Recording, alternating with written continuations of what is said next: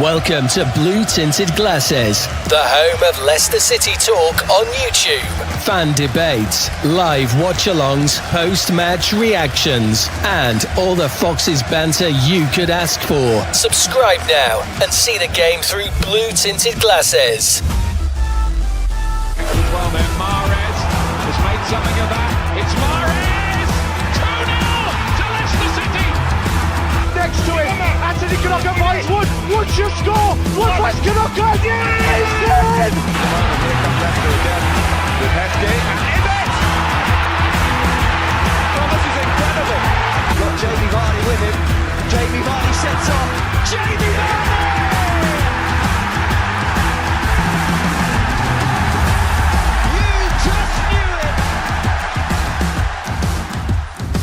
Blue Tinted Glasses, the home of Leicester City talk on YouTube. Good afternoon, everyone, and welcome to the instant reaction. Match has finished, the lunchtime kickoff, and it's finished Oxford United 2, Leicester City Football Club 2. Of course, the score doesn't tell the real story of this game. A red card for debutant Aaron Ramsey after just 24 minutes leaves Leicester down to 10 men, a 1.21 down, a 1.10 down, but we do get a draw. So, Luke, give me your instant take. What are you feeling after that game, given the context of what we've seen? It feels almost like 3 points to me. I know that might sound a bit defeatist as we've just drawn, not got the win, but, considering we've got a red card and, I'm actually pretty happy with the result. Ricky P coming on for the late equaliser again. I'll take that, mate, all day long. Absolutely. And look, we've got another guest who's joined us with the loudest shirt going. Here were the stats then. I'll show you this, Locks. It's kind of interesting. I think, given that we had 10 men, you look at these stats and, you sort of see these stats in the regular game. Only really one big chance for Oxford the whole game. They obviously had higher XG. You can see that despite having 10 men, we had good amount of possession, had 8 shots, only forced the goalkeeper forced him into 3 saves. That's kind of okay. And let me show you this, which I think is kind of cool. The attack momentum. So I think this really does show you the story of the game, obviously because you've got the red card, but you can see that Oxford with their sort of real first spell of pressure scored, but then Leicester were doing well. And I think Imran, who joined us for the watch along, he did sort of say that had the game been going along as it was with 11 men, I think we probably would have been comfortable winners, in my opinion. Maybe Marcy would have needed some subs, but as soon as you get the red, first half is pretty bad. And I think something people will say is, should the subs have been made sooner? That's something you can give me your opinion on. But, I look at that second half, and I think for a team with 10 men, that's really well going. That is, if anything, maybe slightly shading the overall kind of like momentum and chances. And we did get a goal. We got back into the game. So, Locks, how are you feeling now? You've gone through it all today. The joy of getting a brand new training top, the joy of seeing Jordan James coming on, the despair of seeing Aaron Ramsey doing a bozo moment, and some donkey noises. What are you thinking? Yeah, I love the attack momentum charts that you see because... we in second place with that as well, yeah. With that until the rest of the scores come in, but yeah. Yeah, well, Middlesbrough lost, I saw, but okay. But no, I was gonna say, I think the attack momentum does show the story of the game, like you just said. You can see it there until the changes were made at half time. They were on top, and they were always going to be on top after the red card, because not only just because they've got more numbers on the pitch, but mentally as well, because they see us go a man down, and they're like, right, let's go for a goal, and obviously they did get one, but I think we did really well. I think we were all sat there at half time thinking, if we can get a point out of this is magical. And at the end of it, of course, we would have preferred a winner, and we would have preferred 3 points, and I think we probably could have got 3 points. But yeah, it's a point away, and a point away is not even a bad result with 11 men, so with 10 men for 65 minutes, that is a good result. So I'm happy. I get the concerns that people will have about certain things. I didn't really see any different concerns than what I did last week, 2 weeks ago. But I also didn't see too much improvement. But again, the international break is always a little bit up in the air because you do have players who are away. I think now over the next few games we'll really see the best of Leicester under Marty. So let's hope for that. Yeah, well, we'll get to the lineup, and obviously the thing is, you know, there's a good comment here saying that, you know, we've basically been robbed of seeing what Marty had planned for Ramsey, from Tyler. It's really sick to have like no opportunity to know what Marty was going to do with our new players, because Aaron Ramsey decided to kill the game. Like the other Aaron Ramsey has killed celebrities. So I hope you get that reference. Luke, talk to me about the lineup, because you obviously, I mean, I think the TLDR of this show is going to be like the personnel. And, you know, I brought up a comment here, which is fair enough, which is like, how many chances are Skip and Booba going to get? We will go through their individual ratings later, but I mean, it's a fact that you put Harry Winks into that team and the team looks a lot better. So what do you make of this starting lineup? There was one change. That change was Louis Page not in the squad. Looks like he was injured. And Davidson Aaron Ramsey came in, who had a match to forget. I actually put him on the right-hand side, but it was actually more on the left. What did you make of that starting lineup? There's different things that I can pick at it, but let's be honest, it's still quite early on in the season. We've had new players coming in, so Marty's still getting settled into his side. He's come in late, you know, so you can't berate him too much for it. I know I'm really, really vocal about having Ricky P at the bare minimum start, but hey, Hamza had a half-decent game, and we'll touch on him later. The one thing that's fairly evident that Carranza is probably going to be a squad option at this point. Ramsey and Carranza both came in early-ish, or they were the first ones to start training with the squad, whereas JJ's been off at international duty, so it makes sense why he didn't start. The one thing here, I just think going forward, we'll go through all the players, but just the one thing that's absolutely honking from now on in from this starting 11 is you cannot have a Caldy start. He was by far our worst player today, and I'm really looking forward to touching on the double pivot in Samari and Skip, because I've got a lot to say about that later. I bet you do. I think that's going to be the main focus of our talk. But let's go on to the match ratings. Thank you for getting them in. You can still sneak them in. Match ratings are bluetintedglasses.com if you want to go there and vote for these. But let's go through them. And I'll come to you, Lux, for this one. Jakub Stolarczyk. Now, I don't think this is his best game. Was he at fault for that first goal? Up to you to decide. What did you make of him overall? The first goal, I think maybe he could have done better.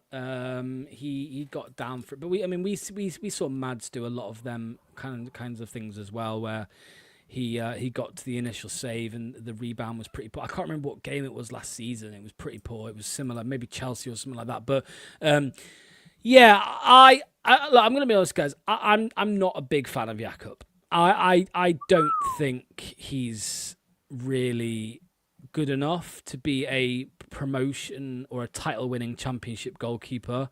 But it wasn't a priority this season, this summer, to bring in a goalkeeper or at least bring in a starter. I do honestly believe that. I don't think he's good enough to be a starting goalkeeper in a team that is focused on playing with the ball. And you know, he's not good enough at that for me. I think, of course, every goalkeeper can make errors, so I'm not attacking him for that. I don't know how it's crazy though. Like I don't know. It's super harsh, Locks. I feel like there was a lot of copium with Mads going. There was a lot of copium from people pretending that Jakub was this, you know, world-class goalkeeper or something. Or some people said he was better than Mads. I don't see it at all. I just think that we do need to upgrade on Jakub next summer. Despite what league we're in. I don't care if we're in the Premier League or the Championship. I do think we need to upgrade. I don't know what level the new keeper is at. I don't know how good he is. I just don't know enough about him. But if Jakub makes mistakes and it continues, then you have to give somebody else a chance. I think 5's fair. I'm not attacking him. I'm not saying he was the worst player on the pitch. I just think I'm surprised if anybody does think he's a title-winning Championship goalkeeper. I don't think he is. What do you make of that, Luke? I definitely think he is. I think he's even a bottom-end Premier League keeper. I think that I agree. He's not had a good game at all today, Locks, but I think that his distribution isn't as bad as it was today. Normally, it's nowhere near as level as Mads. The problem is people compare him to Mads, and Mads on the ball is like chef's kiss on his day. So, in my opinion, he commands his area a lot better than Mads. He is brilliant shot stopper. I don't think it's as bad as he's been made out to be. I definitely think that he's a top-end Championship keeper at bare minimum. I think that's very harsh, but I will admit he didn't have a good game today.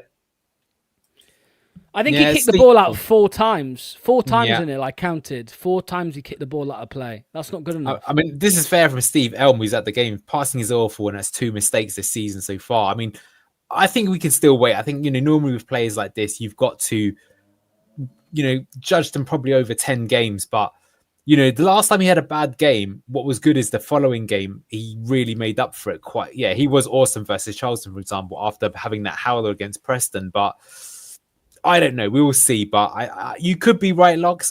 Is he good enough for a team to get to the playoffs? He probably is, though, right? Yes. Yeah. So it's on that level.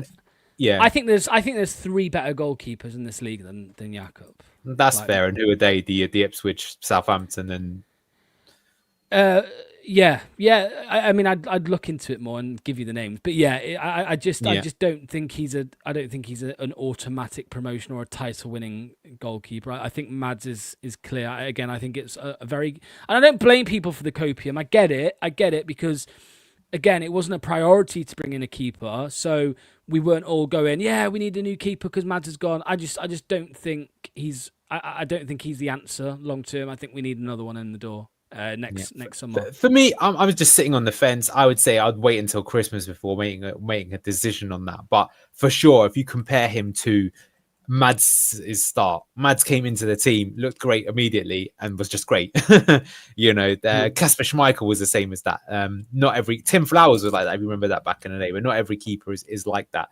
Anyway, Luke, let me move on to you to speak about your namesake, Luke Thomas. What did you make of his game today? That weird one, yeah. I'd give him a 5 or a 6. Mm-hmm. His set piece he ruined his. I would be coming in singing his praises, saying, you know what, he didn't have a lot to do. He didn't have any man moments where he freaked me out. Maybe had one brilliant set piece, and then he had to ruin up that absolutely donkey last throw in. But I think a 5's fair for him today. I still would be starting a Luca over him all day long. He's not had a poor game, but I still think he's slow. He get caught out in transition out of position quite a lot as well. He's still better than Victor Christensen, though. I'm sorry. Well, because Victor Christensen hasn't appeared all season, but he will be used at some point this season. What did you make of his game today, Locks? Mate, Victor's 100% coming in for Thomas. I don't doubt it in my mind. I think he's going to come in for Thomas. I think I would personally probably give Thomas like a 6.5, to be honest. Wow. Yeah, I think that's slightly harsh. I think a 5 is average. Well, one-on-one, he is fucking terrible. He is terrible when he's defending one-on-one. He puts his body on the line quite a lot. The effort levels are all there. I think even some of his balls forwards, like just down the line, are pretty good as well at times. His corners are pretty good. The throw-in is normally good. That was terrible at the very end. Again, I just, Luke Thomas is not, it might be harsh to compare him to. He's not a title-winning left back. I don't think. We're going to get this quote a lot. I can see of every player we've got, aren't we today? Well, I just think there's better. There's better out there for. We turned down $5 million for him, as we all know. Famously in January, and I think Victor will come in for him when Victor is fit. Although what you would say in response to that, Anil, is every manager has liked him, like. Cooper told Rob Tanner in an interview that he liked Thomas, but and Rude liked Thomas, even playing him at left centre back. So, and Marty seems to like him as well to some degree. So I'm not angry, Peter. I'm just saying, like it is what it is. Like he's not a very good left back. Fair enough in the whole Victor Thomas debate. Like me and Luke joke around and stuff, and we debate about who's better. That is close. For me, it's close. But he's still, none of them are good enough. Neither of them are good enough. Neither of them are very good. So, see, that's my take, is that I think for me right now, it's the most obvious position in the squad that could be upgraded if we could. Luke made a comment when we were watching the game, which was bang on. He goes, he's in the game and he's not really doing anything wrong, but he's not really doing anything right either. And it's one of those games where, like, look at Ricardo. He's a right back, but he scores a fantastic goal. And it's just like, that's what you'd really want. You really want to have that Premier League quality TM, ideally in that position, that can get you something, that amazing cross. He did put some good balls in, but that long throw right at the end was criminal. And there was also another time where he could have played Platts and Daka in, and I don't think the through ball was quite good enough. So he's definitely okay. I think that's a fair rating. He can stay in the team, but it's just, that's a position you could take yourself up another level completely. And I'd say, think back to 2 years ago when Enzo came in, the pair of them. One of them left because he didn't want to play as a left centre back. In terms of Victor, he left and went to Bologna and qualified for the Champions League. The other went to Sheffield United. He got sent back after 6 months, and he then went to Middlesbrough and just barely did anything there either. So again, I just don't think he's very good. But yeah, I understand some people like him because he's local and he puts a lot of effort in and stuff. But yeah. What did you make of Hamza today, Locks? He actually kind of played two positions, right? So he started off at right back in the first half. Then after the second half, he noticeably changed his position to be in the middle of the park as a 6. And I know I'm not going to speak for you. So he played two different positions today. What did you make of his game overall? I think he was good. Yeah, I think he was good. I would probably give him like a 6.5, 7. I think I would give him maybe pushing closer to a 7, to be honest. I would agree with Steve in the chat that I don't know why he came off for Skip instead of Skip. I think that Hamza probably should have stayed on. He's captained the side as well previously. We know he's a bit of a leader in there. Marty even made a point of pointing out his captain material, if you like, in his interview the other day. Maybe it was because Marty does see him more of as a right back. He obviously shoehorned him into midfield, obviously in the second half to make way for Ricardo, and eventually the plan was to always bring him off. That makes sense, but yeah, I don't mind him. I think he's had a real tough career. Hamza Chowdhury. He's always he's been at the club for a long time in our great days. And he obviously couldn't get near the starting 11 unless it was rotational or injuries. He's gone out on loan to Sheffield United and he's had a good time. He had a good time there at right back, and he's come back and he's been used as primarily a right back. And again, he's got his deficiencies like all of them. I think his passing, on the ball isn't great, but you know what you're going to get with Hamza, and he does it very well. So I'd give him a 7 today. Yeah. What did you make of his performance today, Luke? You are one of the biggest Hamza haters that I know of, so I can see the facial reaction. So what do you make of him? This is Hamza in a nutshell. On his best day, he's a 6. He is, in my opinion, grafts, has passion. He's a Leicester City lad. Fair play to him. He always gives it 100%. But his ball reading ability is awful. His positioning is awful. He cannot pass the ball. He gets stuck into some brilliant challenges sometimes, don't get me wrong. And we always reference that West Brom game, but that was nearly 2 years ago. He could pass the ball today, though, surely. I mean, he was heavily involved in that goal. I'll give you that, Anil. To be fair, he wasn't that bad today. But to be honest with you, like the quality difference between him and Ricardo Pereira, again, is to our detriment. He is a squad option at best in Championship. I'm glad that he's playing half decent because I want him sold in January. I've been saying it for years. He is a squad option at Championship. And that is his ceiling. Who? He's been at loan. Hamza. Wow. He is a squad option at Championship at best, in my opinion. If you're going for a top end promotion and you're serious and you're thinking about going up, that is his ceiling. And there you go, 6.5 is fair in my opinion. He's not had a bad game, but in my opinion, he should not be starting in front of in front of Ricky P. Ever. That's just my opinion. Fair enough. You're going to have to rotate, obviously, options. But we're talking specifically about this game. I think that's quite a good rating from him. I think he had a good game, and I do agree with those that I don't think he should have come off for Skip. I thought, well, we'll come on to Skip in a moment, but I think that wasn't the right call. So, yeah, Luke's called this one, so he's getting it. I think get your clips out. Let's go viral. Talk to me about what's his actual first name? Did you say Locks? Meme. Caleb Okoli. What did you make of his performance? And you can talk about the season so far, Luke. This Hawaiian pizza is just not up for the English game, in my opinion. I had high hopes and aspirations for him when he first came because he looked like he had pace. And to be honest, when he first started, he didn't look that bad on the ball. But I've got to be honest with you, mate. I just don't think he can adapt to English football. I don't think he ever will. He panics way too much. He shouldn't be starting in front of a Luco or Nelson or even Fast, to be honest with you. He's had his chance. He's been given a run of games. He's just too much of a donkey, in my opinion. He needs to cut his hair, reinvent himself, come back a new man, and push for a move in January. He's just not good enough, unfortunately. I think we've bought a dud here. Where's the donkey sound effect? I can't believe no. There we go.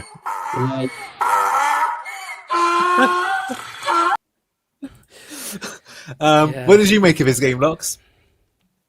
He was terrible, and he's been terrible in a few games this season. It was so easy last season to, and this isn't just specifically to Okoli, it was probably to Luke Thomas as well. When you see a Victor over Thomas, and when you see a Cody over Okoli, it's so easy to say, well, Okoli's better. Okoli's much better. You need to play him. Why isn't he playing? He's quicker and whatever, right? But he's just not very good. Like he's really not very good. I think, Ben Nelson had a shocker against Huddersfield in the Cup, but I mean, it's Nelson's turn to bloody come in and see what he can do, I think. When you've got literally 3 people on stream who hate Wout Fass saying, get Wout Fass on, there's a problem. He's terrible. He's terrible. It's actually quite funny. I think this is generous. I'm surprised he got scored this high, because he was responsible for basically every sort of poor moment we had with his poor distribution. There was a time just started the second half and we put like 11 passes together. He went to Okoli and he just played it straight out of play with Ricardo. Had no one around him. There was no one in the way of the pass, and he just completely put it out. It was very poor. And for me, I've got to say, I think this is one of the biggest disappointments of the season so far, because, the thing is that you see, we're going to come to Yannick in a moment, but there are certain players who we know they were no good in the Premier League, but in this division, they look great. So that they've got something about their game. And it's just, I think, so disappointing that you'd expect someone like Okoli to be like, oh, wow, a team like that signing a player like this, they're making a proper run for automatic promotion this season in the Championship. And he's just really done poor, doesn't he? And I'll bring this up. I think someone started this, so it's completely right. Yeah, this is what I said on the stream. Like, I've never seen somebody who's so big and looks so strong be on the deck so much. Like, he's always on the floor. And it's really frustrating. Like, put yourself about, mate. Make yourself a bit of a shit house, a bit of a brick house. And, it's just so frustrating. How does he lose so many headers for someone so massive? Yeah, that's a good point. He's not good at the aerial duels. Yeah. That's a concern. So I would, I stand by what I said. The same thing I said about Winks to Luke. I stand by it with Fass. I would like to see somebody else in the 11 over Okoli. I don't want that to be Fass, so I would say give Nelson another chance, because I think he deserves another chance. He had one really poor game. Okoli's had 3. Okoli's had 3 really poor games. Give Nelson a go now. He started every game so far this season, Okoli as well, and that's what I think is concerning. It's like, you can understand it when people were a bit like Skip had some poor ones, but as he's had a bit more of a run, he's looked a bit more consistent. But Okoli, unfortunately, has looked consistently bad. But let's talk about his defensive partner, who I think the opposite could be said for. What did you make of his game overall today, Yannick Vestergaard? Go on, Luke. I got to be honest with you, I'd give him a 6.5. He wasn't that bad. He had his moments where he was questionable on transition because of his pace, but that's not his fault. He's been selected, and when he's been asked to do a job on the ball, he's made at least 2 or 3 great line-breaking passes. He's basically the only person that you can rely on to get it out of the back when Winks or Ricky P are in the 11 when he's on his A game. Again, though, still scary from set pieces defending, in my opinion. But look, if there's 2 centre-backs, it was a lot better than Okoli. I think 6.5 is reasonable for him today. He reined it in when he got booked. He didn't do anything too rash after that. So I think 6.5 is fair for Vestergaard today.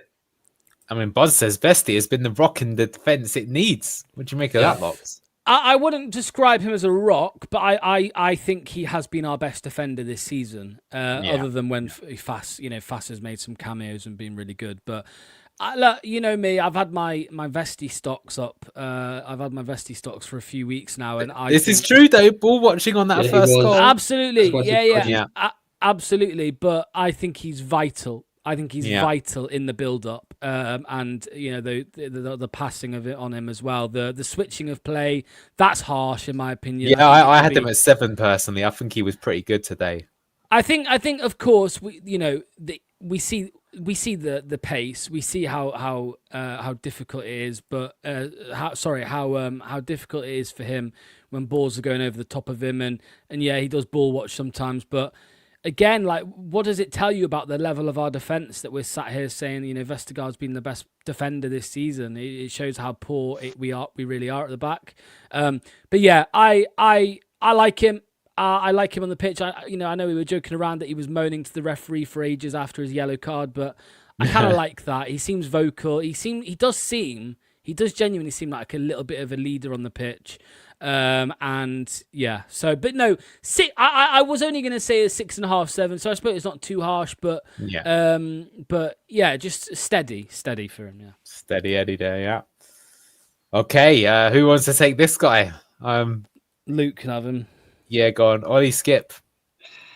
Stayed on for the whole 90 in the end, it looked like. So what did you Marty's, he's really trying to, you can tell that Marty's really trying to get this guy's confidence up, purely probably because he's got a good attitude in training and how much money I've spent on him. He's not done anything wrong that I would say warrants dropping if you just looked at him in isolation of how he played. The problem is that everyone that comes on that position for him just looks levels above, and I can't wait to talk about Harry Winks. But for me today, I think that he's got stuck in some challenges, but he just cannot control the ball.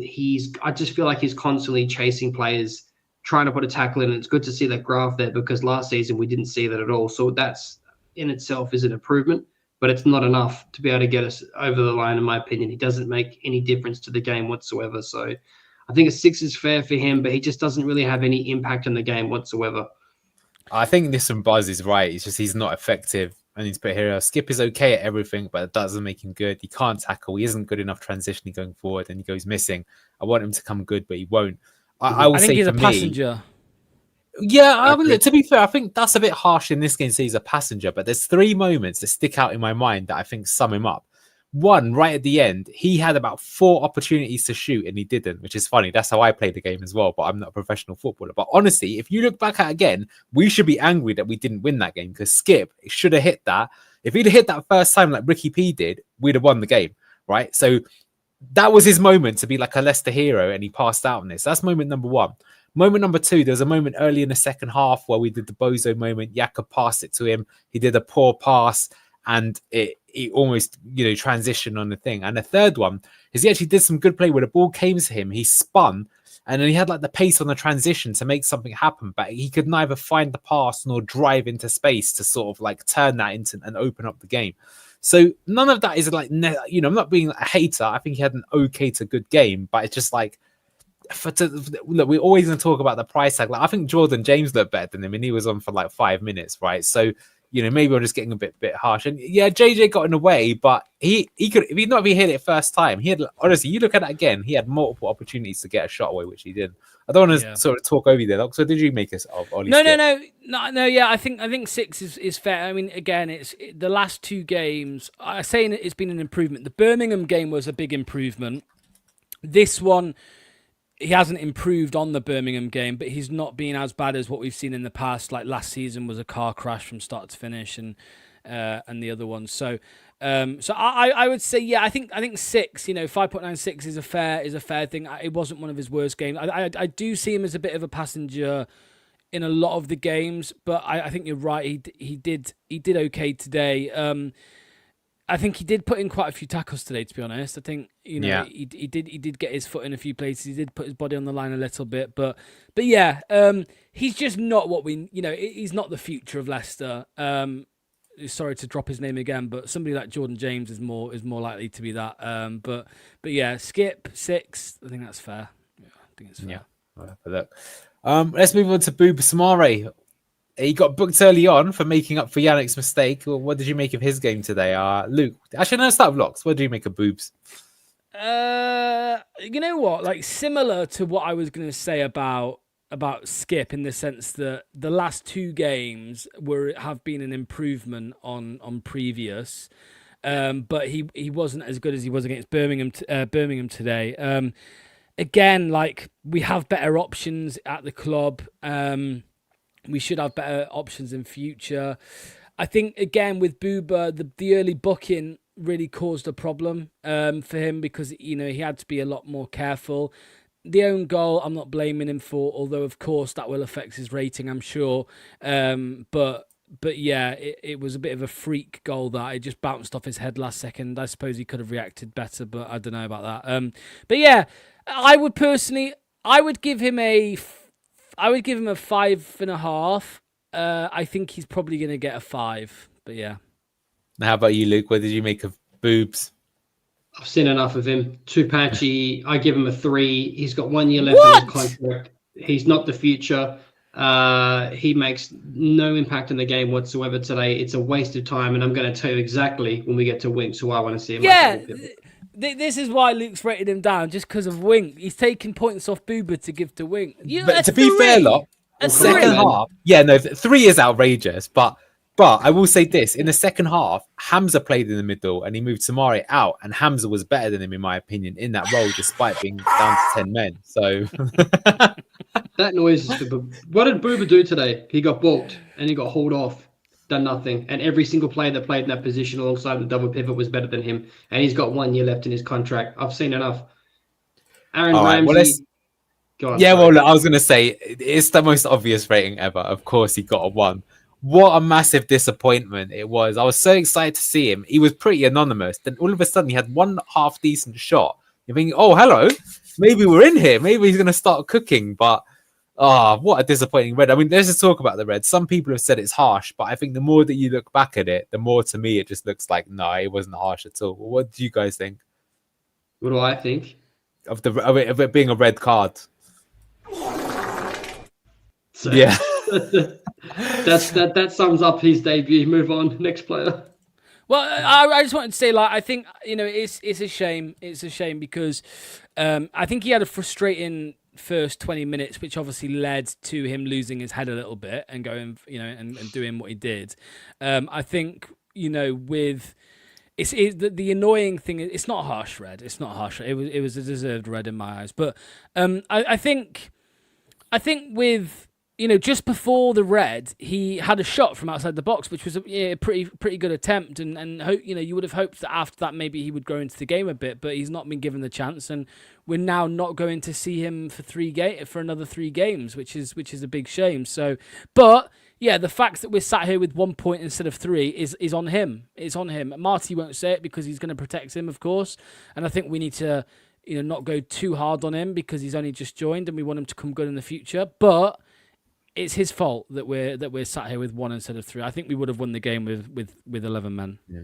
I think Matty B, you're bang on here. I think that's exactly what it was. 18 months away from the game, and he was desperate to do something. And I think you could see that he could feel that the game was passing him by. So after he got that shot, he was trying to build a bit of momentum, which is maybe the right thing to do.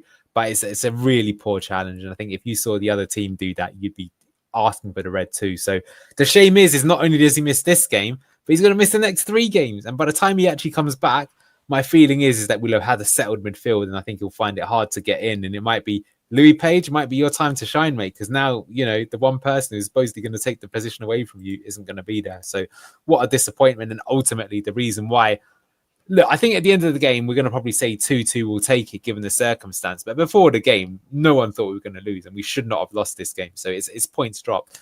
Steffi Mavadidi, you're one of his biggest fans, Locks. Not quite on the he's better than Harvey Barnes train, but you know, you obviously have a love-hate relationship with this player. What do you make of Steffi today? 5. I think there were moments there where he was pretty good. I think he did a few good things. You know, at the end of the day, for some reason, this guy is scared of shooting. I don't know what it is. Yeah, 5, man. I would give Steffi a 5. I think maybe it's harsh. I don't know. Maybe these guys can tell me. But no, I think he thinks that's generous. Yeah, I think a 5 just because he had a couple of moments. You know, that moment where he kind of got past 3 or 4 players and then gave it to Ayew instead of shooting. You know, the lead up to that was good. There was obviously a moment after the red card in the first half where he kind of ran the whole length of the pitch, and again, because he's not really got a left foot, he had to try and switch it to his right and lost it. But yeah, a 5 for me, just average, bang average. And I think, to be honest with you, lads, that is the epitome of Steffi Mavadidi for the last year, is bang average. I think that's what he is at the moment. Yeah.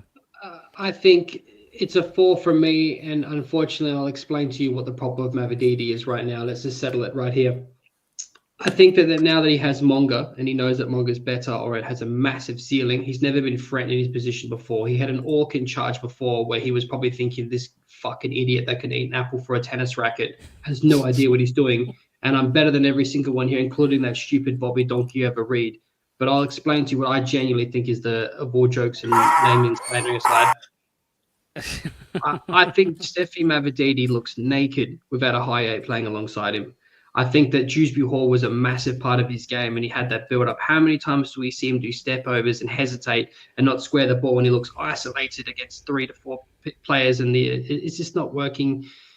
I think if he went to a bottom end championship club and he got back-to-back starts and got his confidence back, he could still be a great championship player. But I think that now that he's got all these factors that I've just mentioned, I think he's going to struggle this season to be as effective as he was last time, unfortunately. What would you have given him, Luke, in this game? 4, right? Is that what you said? I think 4 is fair, to be honest. Yeah, I gave him a 4 as well for the same reason. I think this game's a bit harsh to judge either player with, but I am super concerned now that he's had 5 games and no goal contributions. And today was probably the closest he got, where to be fair, that was a great run and he did almost get something away, but you never really felt like, oh, that was, a clear-cut chance. And that, I think, is a big concern, right? Is that what did he get last time we were in the championship? Did he score like 13 goals, 14 goals and 10 assists? I think he got 17 goals and assists combined. Oh, that's not as good as I thought it was, but maybe someone can bring up those stats.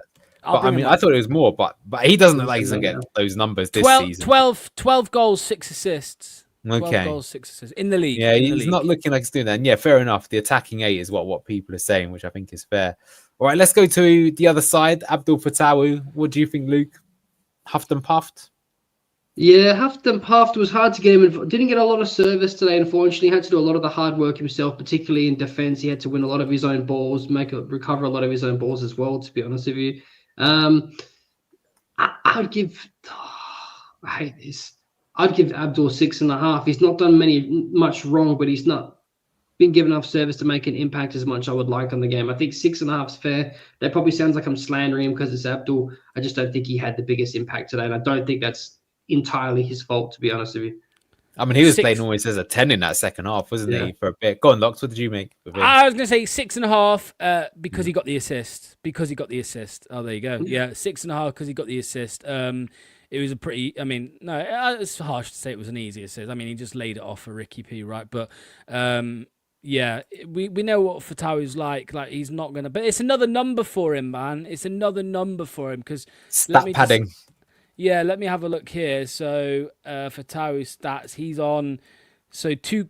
I think... Is it 2... So, 2 goals, 2 assists in 5 games? I'm pretty sure. That's good, isn't it? That's a good number. Yeah. So 6.5, I think, is more than fair for Abdul, yeah. Jordan Ayew. Normally those donkey noises are for him, but he scored today. Finally got on the score sheet after 5 games. What did you make of him today, Locks? 7.5. 7.5. I think there's one player who in the whole matchday squad who gets above a 7.5. But this guy I would give 7.5. I think he did well. I think he did all the things that we know Ayew does well. I think he was slightly better today with regards to decision making and actually passing the bloody ball. But he got the goal as well, and it's a well taken goal, not just the finish, but also the selling of the man as well. Yeah, absolutely. Little shimmy. And even again down to 10 men, as you'd expect from Jordan Ayew, running a lot. Doing a lot of the legwork, advancing the ball a lot, and so yeah, 7.5. I think out of all the players that started the game, he was the best. Yeah, that's more why I've been disappointed with him this season, because that's how he played in pre-season. I think if he plays like that every week, he'll be a very good player for us. How about you, Luke? What did you make of Uncle Ayew? To be honest, I would give him an 8 today. I thought that that goal was brilliant. That first touch was excellent, very composed. He had a few decent line-breaking passes at some point. His positioning on the left-hand side as well, even at certain points in that second half, was actually quite impressive. I just think that, for all the positive things I just said, I don't think he should be playing 90 minutes in week in, week out. every time he hits the 75-minute mark, he is like proper morphing back into Uncle Turtle. So I think 60 personally, I notice it at. I agree as well, to be fair. But look, hey, he played well today. I think 7.5 to 8's fair. Yeah, credit to Jordan. I slayed him a lot, and I think he had a good game today.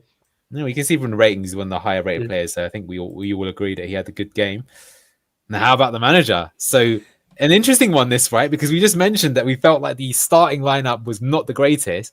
It's not ideal when you've just signed a new player. It's like, Locks, imagine you've got a new person on your show, and then sort of like 2 minutes into a new channel, they're swearing, they're eating chilies, they're being really, really broad. They're getting you copywritten struck, and all your plans have gone to shit. But that player's got talent. Don't forget ending a deadline day stream halfway through on January. There you go, yeah, bozo moment. Well,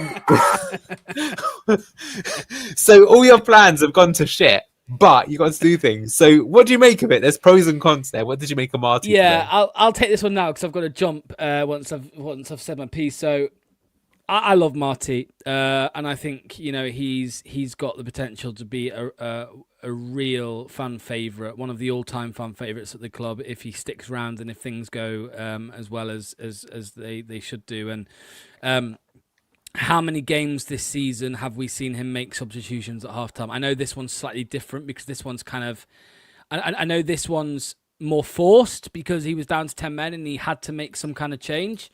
However, I think he's done it again. He's assessed the situation. There was somebody in the chat earlier saying he should have made changes as soon as the red card happened. Again, I disagree. I stand by that. The match momentum does back that guy up, though, to be fair. Yes, but the decisions he makes right after the red card might have been different to the decisions he made after 10 minutes or 20 minutes. Yeah, you can't explain, like, if you want to do the build-up different, right? It's challenging. Yeah, and he Ryan gets a 2. What, Ryan? Yeah, I was going to say, what are you on? Yeah. What? A 2 for Marty? You're off your head. No. Who is that? Marty, he's saying. No, who just put that comment? Ban him. That's like, you didn't have a good time. Look at yourself, mate. I think the reason that he's not a 9 or an 8 for me is because the lineup was probably not right. However, I think he made all of the right thing. Oh, Luke, Ryan, that was dark. Ryan, I'll get you back, mate. Don't worry, Ryan, I'll get you back. No, I think kidding, Ryan. The lineup is the reason why he isn't getting an 8 or a 9 from me. But he made the exact changes he needed to. Like I said, I think it was the right call to wait until half time. He had time to talk to his staff. He had time to let it linger and make the decisions. And so for me, Neil, I'm going for a 7.5 for Marty. 7.5. What do you make of him? I do need to go, Luke. Sorry, I do need to go, Luke. But Harry Winks should not start because he's a fucking dick. Anyway, right, I'll see you in a bit, lads. I'm gonna go unban Ryan. All right, see you in a bit. Oh, do you know what? Maybe we should make a little one for fans. We don't have a fans rating. We'll come back to that later. Go on, Luke. Talk to me. What did you think of Marty? What a flat earther Locks is. I actually think he was an 8. I've been singing his praises. I hate some of the starting 11s he does, but I can kind of understand why he does. I feel like he's trying to put an arm around people's shoulders and build confidence and say, listen, I trust you. And then hopefully they'll get that confidence back. But he always gets the changes where he makes the subs at the right time. They are the correct subs. I'm still have my apprehensions about it, but it's still very early days. So I think an 8's fair for him, to be honest, today. Considering we're down to 10 men, made all the right subs, 8's more than reasonable. This is definitely the best manager I've seen in a while with his changes. Yeah, Mr. Fatawa, yes. You're right. He's so good with his changes. Like, because it takes balls. Like we were saying, look, the problem with this team at half time is we just cannot build the ball. So if we play it that way, it doesn't matter about having additional quality. We just can't get started. So you have to at least get us started so we can at least have an opportunity to make something. And he did it. He brought on Ricky, Pete and Winks together, shifted Hamza inside, and it started working immediately. We started getting the possession. I do think Oxford made some changes themselves and they came back into the game. And I think he could have brought on Jordan James a bit sooner, but he still did bring him on. He still made all of the subs. So the starting lineup is a concern. I mean, that, of course, we don't know what goes on behind the scenes, and he is trying to rebuild the culture, and that is the most challenging thing to do everywhere. But all right, 7.7, that's good, because I think we're going to get onto the main point in a second. Referee today. So I'll be honest with you. I have to say, I actually think this is probably the best ref we've seen all season, even though he sent off one of our men. I think the sending off, some people say it's harsh, but I think if you look back at that, if I was a player, you might be frustrated, but you'd understand it, because if it happened to you, you'd also be asking for a red. He wasn't so bad. I didn't feel like there were a lot of decisions that he completely missed. There was like a penalty shout. It wasn't a penalty. I'm not saying he was superb, but I wouldn't mind it if they were this standard, because the ones that we've seen before that were not. What did you make of the ref? I actually thought, you know what I think? I was talking about it on stream. I felt weird for bringing it up halfway through a game that we hasn't even finished yet. But I thought he was absolutely excellent today, and I think it was a red. Look, let's say it's like Hamza Chowdhury or something, and we're defending, and you've got to put in a late challenge and try and stop a goal. Maybe the ref is a bit more lenient. When you're a 10. And it's in your neck of the woods, and you put in a challenge like that, it looked fucking stupid. Didn't get any ball. Didn't even look like he had his eye on the ball. You hit the nail on the head earlier. He looked frustrated. He's been out of the game for a while. He was not having an impact, and he's gotten frustrated. He's done that, and that's what happens. He deserved to be sent off, Ramsey. I thought that's a very harsh score. I thought the ref was very fair today. And we're saying that as Leicester City fans who drew and had a player sent off, which I think is as level-headed as possible. So credit to the ref. This is the gold standard in the championship. Yeah, we're still not saying much, but better than what we've seen so far.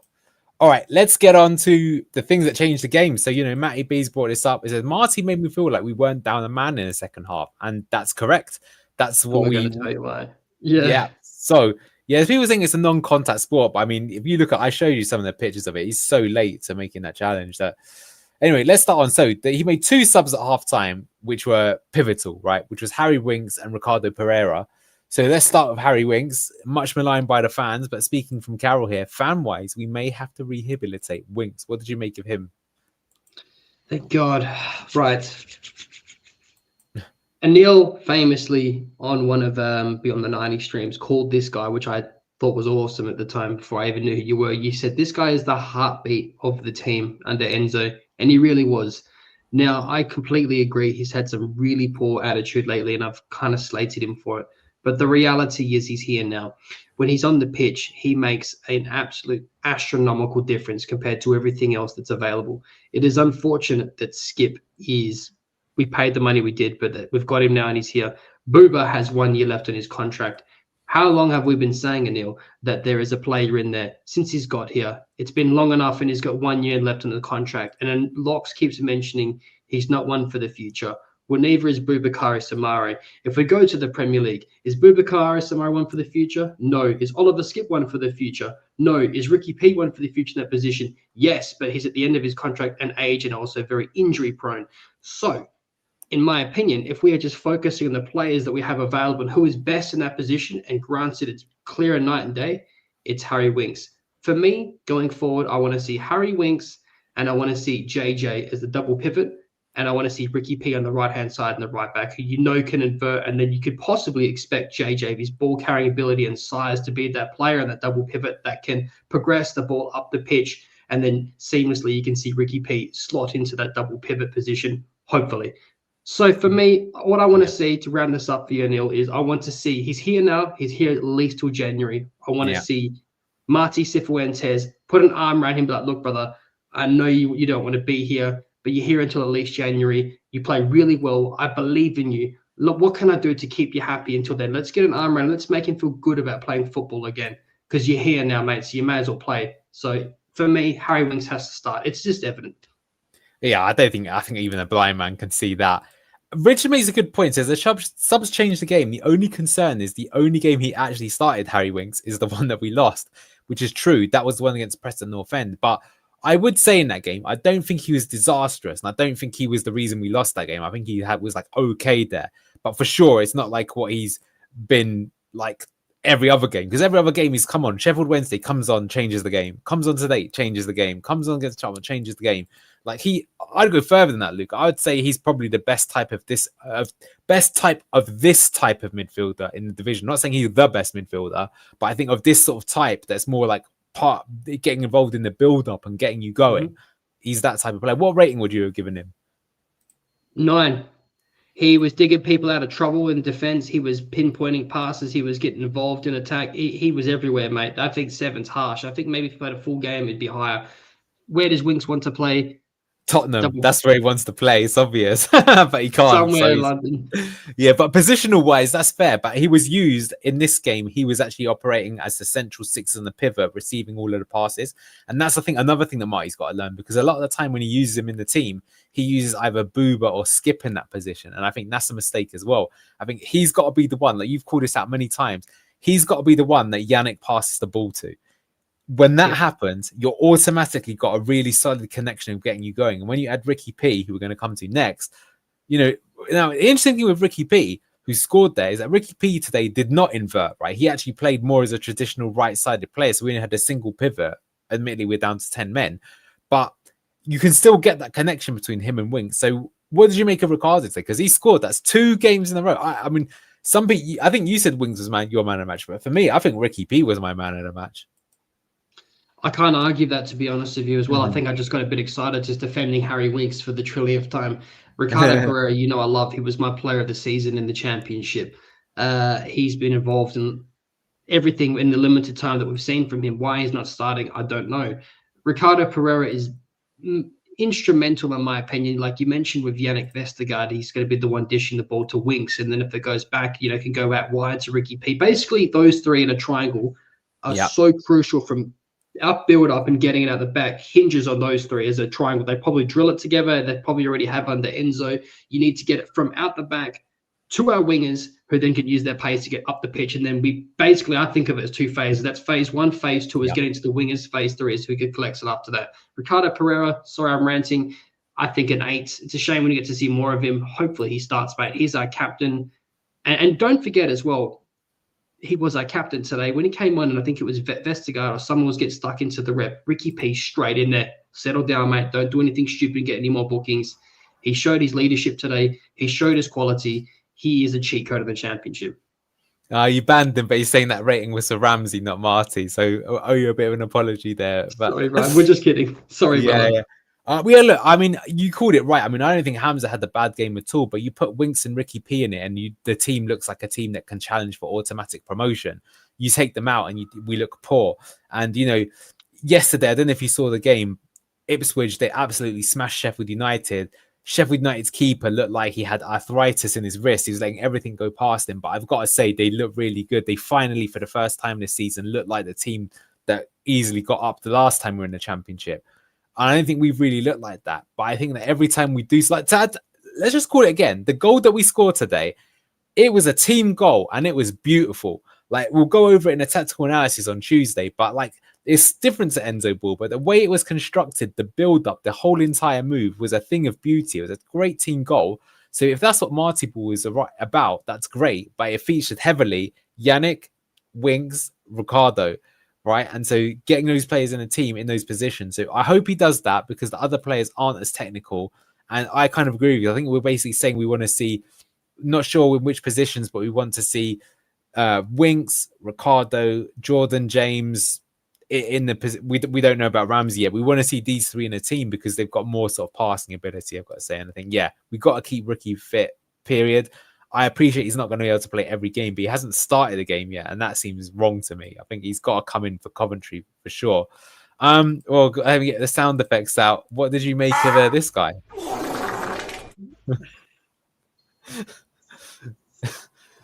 so you've gone for the shit rather than for the donkey. What did you make of Patson? I mean, surely he got a bit harsh. I mean, there was one moment he had that was really weird, where the ball got played sort of over the top. And it actually looked like a half good chance. And he just he literally went like he didn't understand where the ball was or where the goal was. I think he looked like he was going to go for an overhead kick, but he didn't even put it down. That was very Daka-esque, but didn't have that much chance to get involved in the game. So what do you think about Pat? Try and take your usual biases out and look at the game. He didn't do too much anyway, but what did you make of Patson Daka? If I'm taking my biases out of it, didn't have long enough on the pitch to make an impact or the service. If you want me to be reasonable, other than that moment that you already described, which is a very donkey-esque Daka moment, I can't really go in on him too much, to be honest with you. I think you're right. He wasn't on long enough and given enough service. But I just think it's a waste of time playing this guy. Unfortunately, we're just not going to recoup our money. He's not one for the future. Yeah, I've said enough on Daka already. I think I've done it to death. It's, just waste of time. Yeah, well, it's interesting because obviously he brought him on rather than Carranza for this game. And I'm guessing he did that because he thought, Oxford is starting to push up a bit more. So there might be some more space in behind for Daka to utilize. But he never really utilized it once. That said, he didn't get the best service. But yeah, it's one of those that when he comes off the bench, you don't think, oh, this is our opportunity to get back in the game. He's not that type of player, is he? All right, he didn't have long, but it's the Welsh wizard. It's the player that Locks literally gets a boner for. So Jordan James came on. He only came on in the 78th minute, so he was only on really for 15 minutes. But I think he did make an impression. What did you make of him? Yeah, I want to see obviously a lot more of him. Definitely made an impression right off the bat. Very excited to see what he can do. I still don't think I know I called for him to be in the double pivot, but I still think he's more of an 8 than an out-and-out 6, to be honest with you. Like, just because purely of his ball progressive. We're only really playing one pivot, though, this season, right? Most games. Yeah, I know. That's why I think that he's probably going to be the more advanced one. Basically, what you would expect to see Samari, and like the levels in that 15 minutes of Samari is night and day. And again, we keep talking, Locks keeps talking about one for the future, and Samari's not it. His contract, he's just never hit the ground running. He's never been consistent. I do think he had a good game against Birmingham, but we've been having this conversation for 3 years, Anil. Like, he doesn't show up for about 4 or 5 games. He has a good game. We sing his praises, and he goes back to the same cycle. Let's break that cycle now. Let's get excited about a new signing. I think JJ's the man to do it. Absolutely. So he got in the end 6.6 from you guys. I think that's fair. It wasn't really on for the pitch for long enough to really make an impression, but it seemed to do okay at that point. Then we got Bobby Reid. We're not going to give him a rating. He just wasn't on the pitch for long enough. So, that's unfair, whatever he got. I think there's some kind of hatred. So I think just to round it out, let me bring this up. Got some of the scores. Let me just pull this up. Let's have a look at what the championship's looking like right now. So we can see we got Middlesbrough top. We were second, but at the moment, as scores are coming in, Stoke are winning 1-0. So they're second. Bristol also winning. West Brom drawings. We're fifth at the moment. Coventry losing. This could all change, though. 4-point gap to Ipswich. That's the one that I'm always keeping an ime on. I think eventually they will go above us. But how are you feeling right now? So now we played, normally I think it's only really fair to sort of play 10 games. Give me your overall take as well. I mean, here's a fair point from Elm, Mr. Steves. I think it's always important to point it out. We played an entirely different shape than we used to because they're sending off completely correct. And you do have to say that, when you're 2-1 down, with 10 men, to get anything from the game is quite good. And I'm actually saying to you, I think we could have won it, actually, if Skip would have made the chance. I do personally think, though, that he could have made some changes. I agree with the people that said he could have made changes immediately after the sending off because we weren't holding the ball. That was the key problem. And then we did concede, right? And if we didn't concede and we go in at 1-1, Connor Cody, OG, love to hear it. So, what do you make of this whole game in our start so far? I think it's a little harsh what people are saying about making the immediate sub. I think that's a bit rash. I think that it's quite a precarious position to be in, to be having a man short. So if you're going to change shape or you're going to make changes, I think it's a lot more safe at halftime to be able to give instructions clearly to obviously more than one player. He can't do that from the touchline as effectively as he could in the changing room. So I think that that's a bit harsh. What do I think? I think it's too early days to see how I feel. I think, again, 10 to 12 games, Imran mentioned earlier, before we can really get a feel. Obviously, it's a lot more frenetic under Marti Cifuentes. Talk about the goal earlier of Ricky P. It's not as controlled as it was under Enzo. You see a lot of shuffling and pulling people out of position, which I think is going to pay dividends, actually, just because of people playing a low block. Obviously, we're grinding out these results. We're not capitulating or dropping stinkers. Still feeling quite positive, not as much as I did under Enzo, but I can see positive signs there. I mean, it's a fair point. 10 out of 15 exceeds expectations, considering Marty was the last manager hired in England this summer. That's true. And he's got a bit of basically could only loan in players, could only get in 3. That said, if you look at the fixtures, I think we had a very kind fixture list. If you look at, compared to some of the other teams who had a bit harder. But I would agree. And I think for so far, I'm definitely not, against it. And let's bring this point up from Lucas. Says, I wish the points reduction came in so we didn't have to hang it over our heads all season. 100%. I mean, I don't know. I'm starting to think we're not going to get one, but maybe I'm being, and Buzz says realistically we should be on 12 points. We would batter Oxford today without the red card, which I think is also fair. So I've just got the other fixtures here, though, because now this easy start has gone. Like, now we're going to really find out about our team, I think, after, because here's the next 5, and that'll give us 10 games. So we've got Coventry next. So that's also going to be a midday kickoff, which I hate, but we'll see you this time next week for the Coventry game. Huge game. Then we've got West Brom that Friday. So we've got 2 games in less than a week. And they're going really well, West Brom, at the moment, you've got to say. So that's 2 really hard games. Then we've got the return of Danny Ward and Connor Cody with Wrexham, then Swansea, then Portsmouth. So that's our next 5 games. What do you think we'll get out of this next 5 games league? And for you, chat, as well. Coventry, I can see this being... I don't want to give us the kiss of death, to be honest with you, but I'm feeling pretty positive now. I think that I would expect a win against Coventry. I think we're going to have to we don't know what the point deduction is going to be. How do I feel about these next 4 games? Coventry, win. West Brom, not sure. Maybe a draw. Wrexham, I think we're going to pump them, to be honest with you. And famous last words, I'd probably just give us the kiss of death. Swansea and Portsmouth. I think Swansea are there for the taking, to be honest with you right now. Portsmouth, doing a lot better than and overachieving a lot, would say, as well, with the squad that they've got in the season they had last. But fair play to them. I would be expecting 3 points from all these games, to be honest with you. I'm always going to be like we are the big fish in the small pond, some people would say. We probably sound arrogant and big-headed for saying that, but to be fair, with the squad that we have... you look at the squad value and you'd expect that. I mean, to be honest with you, even if we play Ipswich, to be honest with you, I would still fancy us as being favourite. That might not transpire. I could easily see us lose to them, but I would definitely not be scared. There's no team in this division we should be scared of. That said, I mean, people have gone for 12 out of 15. I think, I think I agree with Matty B. I've got an expectation it'd probably be another 10. So that probably means we'll win 3, draw 1, lose 1. And it being the Championship, we could beat Coventry and West Brom, right? But you'd lose to Portsmouth or something random like that. It's just the way. Yeah, I mean, we've just seen it today, right? That's the thing, is that like only 8 points from Elm. Wow. What did we do to you in that late night stream, brother? Wow, I'm surprised you're so negative. Especially seeing us come back in that second half, but we'll see where it is. But all right, guys, thank you for joining us. It was great having along with the game. The Marty party continues. Only a draw today. 2-2 it finished, but we come back from a red card. Aaron Ramsey. We still believe in you, but you got to show us some more from that. Thank you for joining us. We'll see you next time on Blue Tinted Glasses. Good morning, Foxes, tomorrow if you want to join 9:30 a.m. We'll see you then. Bye-bye. Massive thank you to today's sponsor, Match Bingo. Over 200 grand has been paid out to players so far by taking sports betting, football and bingo and combining them into one amazing app. Make sure to get your bingo card for any Leicester City game in the upcoming season. Click that link in the description or via the QR code on screen.